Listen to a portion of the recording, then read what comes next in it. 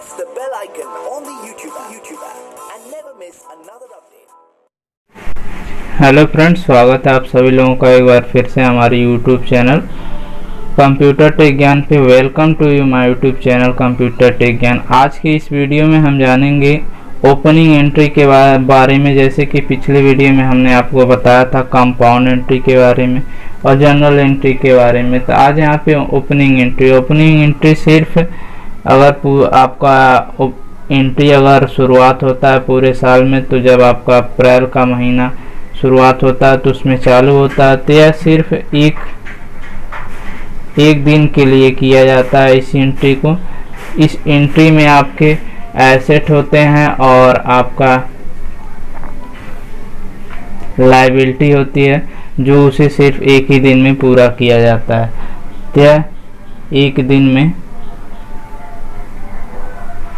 पूरा किया जाता है। या फिर इसमें आप लिख सकते हैं इस एंट्री को साल में सिर्फ एक दिन किया जाता है। इस तरह से आप ओपनिंग एंट्री समझ सकते हैं। और उसके बाद से इसमें ओपनिंग एंट्री में जो आपका रूल होता है, इसमें रूल आपका दो प्रकार से इसमें है। जैसे कि ये सबसे पहला आपका एसेट्स है। एसेट हमेशा क्या होता है, डेबिट होता है। और उसके बाद जो सेकंड है तो हमारा लायबिलिटी है। तो लायबिलिटी जो होता है हमारा दायित्व होता है। तो इस दायित्व को हम क्रेडिट बैलेंस से प्रदर्शित करते हैं। मतलब क्या है, एसेट हमारा क्या रहेगा, हमेशा एसेट हमारा डेबिट रहेगा और लायबिलिटी हमारी क्रेडिट रहेगी। इन्हीं हम फार्मूलों पे हम क्या करेंगे, इस एंट्री को करते हैं। तो इसमें लायबिलिटी क्या होता है, एसेट क्या होता है, तो जैसे कि आप एग्जांपल में समझ सकते हैं। एग्जांपल के लिए यहाँ पे आपको कुछ नियम बता दें कि जिससे आपको समझने में आसानी होगी। जैसे कि अभी आपके पास अगर कैश रहता है, तो सबसे पहले हम एसेट को देख लेते हैं। तो एसेट के जो एग्जांपल हैं, ये फर्स्ट एसेट है। अब इसके एग्जांपल जैसे मान लीजिए आपका कैश हो गया, उसके बाद से बैंक हो गया। अब इसके आगे आप अकाउंट लिख सकते हैं, जैसे कैश अकाउंट, बैंक अकाउंट। उसके बाद से क्लोजिंग स्टॉक हो गया आपका,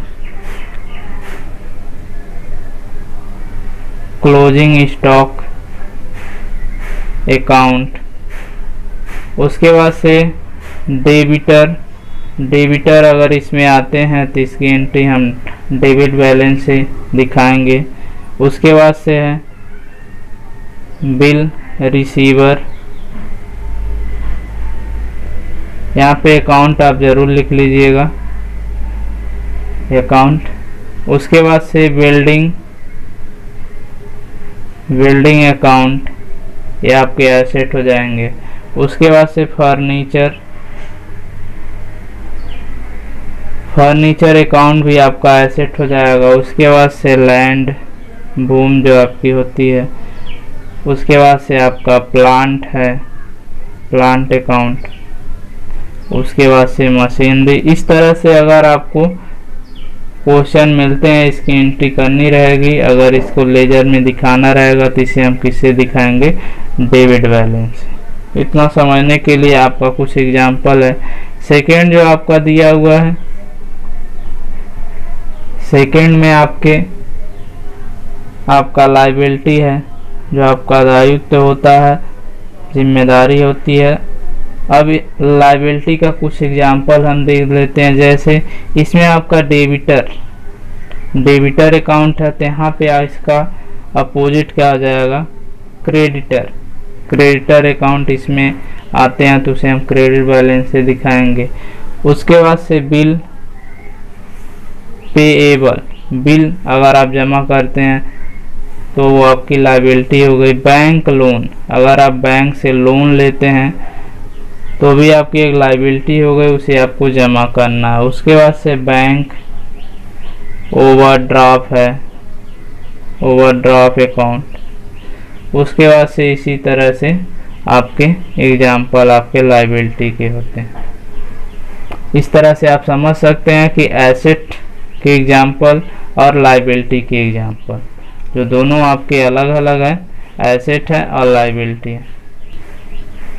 अब उसके बाद से इसमें कुछ फार्मूला है, उस फार्मूले को हम देखते हैं कि फार्मूला कौन सा है।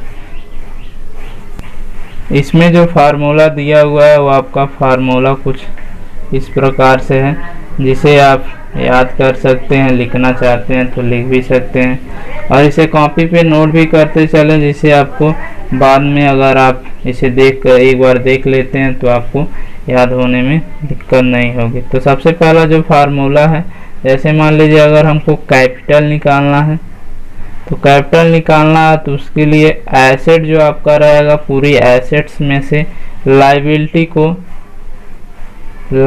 को आप क्या करेंगे, उसे माइनस कर देंगे, तो आपका क्या पता चल जाएगा, कैपिटल पता चल जाएगा। अब उसके बाद से लायबिलिटी अगर आपको निकालना है,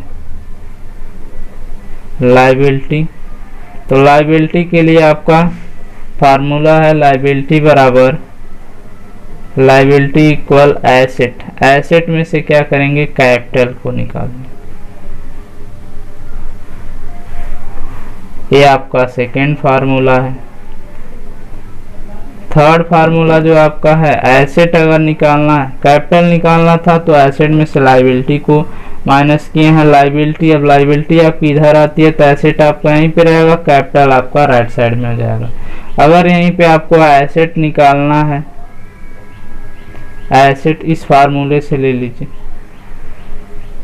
तो क्या करेंगे, तो अगर एसेट हमको यहीं पे रखते हैं, इसको हम लेफ्ट साइड में कर देते हैं, लायबिलिटी को इधर ले जाते हैं तो कैपिटल हो जाएगा। आपका एक फार्मूले से दो फार्मूले आपके बन जाएंगे इस तरह से। तो कैपिटल प्लस लायबिलिटी को हम क्या कर देंगे, ऐड कर देंगे।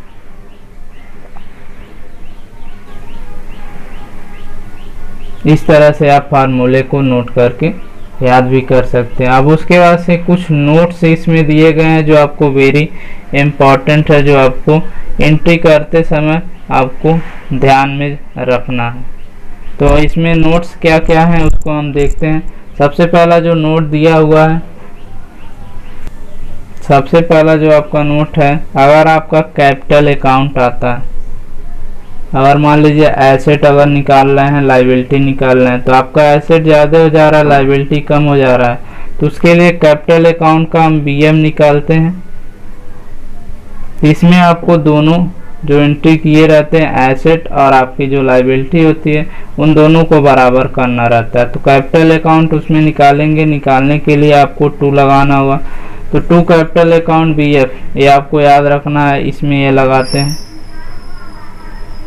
सेकेंड जो आपका दिया हुआ है, सेकेंड नंबर पे सेकेंड जो नोट है उसको आपको याद रखना है कि आपको जब भी एंट्री आप करेंगे इसमें एसेट्स की एंड लायबिलिटी की, दोनों की जब एंट्री हम करेंगे तो इसमें आपका क्या होगा, दोनों आपके लेजर जो होंगे वो क्या होने चाहिए, बराबर होना चाहिए।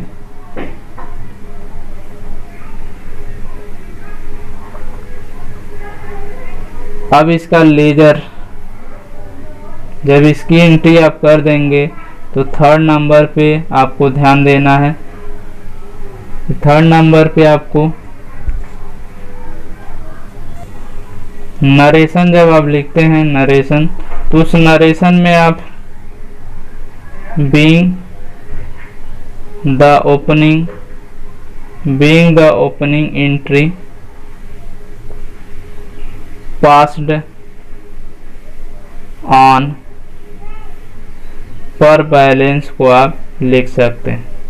इससे आपका क्या होगा, जो ओपनिंग एंट्री आप किए हैं उसका जो ऑन पर बैलेंस है दोनों तरफ आपका बराबर है, वही आपका क्या हो गया, ओपनिंग एंट्री पास हो गई, उसकी एंट्री आप कर चुके हैं। तो आज के इस वीडियो में सिर्फ इतना ही ओपनिंग एंट्री के बारे में हम जाने। ओपनिंग एंट्री में दो प्रकार आपके होते हैं, जो एसेट और लायबिलिटी होता है। इसमें कुछ एग्जाम्पल हैं जो आपको समझने में आसानी होगी, उसके बाद से फार्मूला और कुछ नोट्स जो आपको वेरी इंपॉर्टेंट है उसको आपको याद करना।